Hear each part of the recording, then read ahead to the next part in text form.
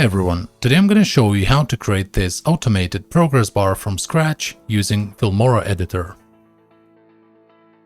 To begin with, I'm going to drag and drop this video from the project bin to the timeline. So this is the original video with no progress bar. And now if you want to create a progress bar from scratch, first of all, we have to navigate here to drawing tools and select rectangle. Then navigate here on the preview window and draw a rectangle shape like this. So this is going to be our progress bar background. Now, if you go to the right hand side settings here, shape basic, under transform, find corner radius. And if you adjust this slider, you can actually make this progress bar rounded like this. So you can either choose to keep it as rectangle or keep it rounded. I'll do rounded. Then if you scroll down here, you have fill and stroke options. If you prefer to have your progress bar with a solid color like this, you can keep the fill option on, or what I'm going to do is I'm going to deselect fill and just keep the borders of this progress bar. So under stroke, expand effects, scroll down, and then under stroke effects, I'll adjust the color because now it's kind of grayish. I want it to be solid white like this. Okay. And then maybe just increase the border size to 2. So make it a bit thicker. Okay. And this is it. Now this is going to be our progress bar border. The next thing we have to do is basically just make a copy of this rectangle box. So I'm going to click Ctrl C and Ctrl V on my keyboard on Windows PC. And here I have created a copy of this same thing here. Now move this copy to video track 3, one above the other like this. And then while you have this copy in video track 3 selected, go back to settings here. Now scroll down here to stroke and fill. So now select fill and deselect stroke. And then under fill, choose the color of your progress bar. So usually people choose red or green. So in this example, I'm just going to go with the green color like this. Okay. And then if you scroll back up here to scale, make sure you click on this little lock to ensure we do not adjust width and height at the same time.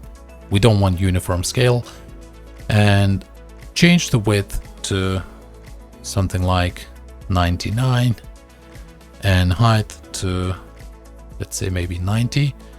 Yep. So now our progress bar sits perfectly inside this border, and this is exactly what we want. So once we have these settings adjusted, the next thing we have to do is define how long we want the progress bar to run. Now my progress bar starts at 0 and it runs for just about 5 seconds.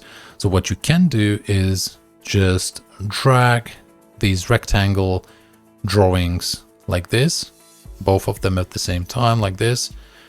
You have to make sure they both match in duration. So I have now made them around, what is it? Just around 8 seconds long.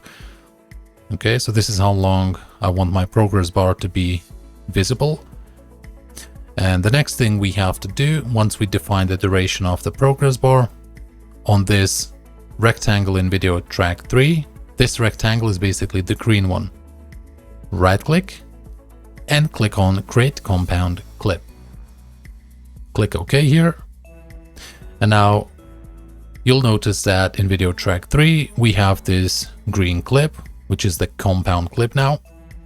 The next thing we have to do here, select this compound clip in track 3, and on the right hand side under video, navigate to mask and select linear.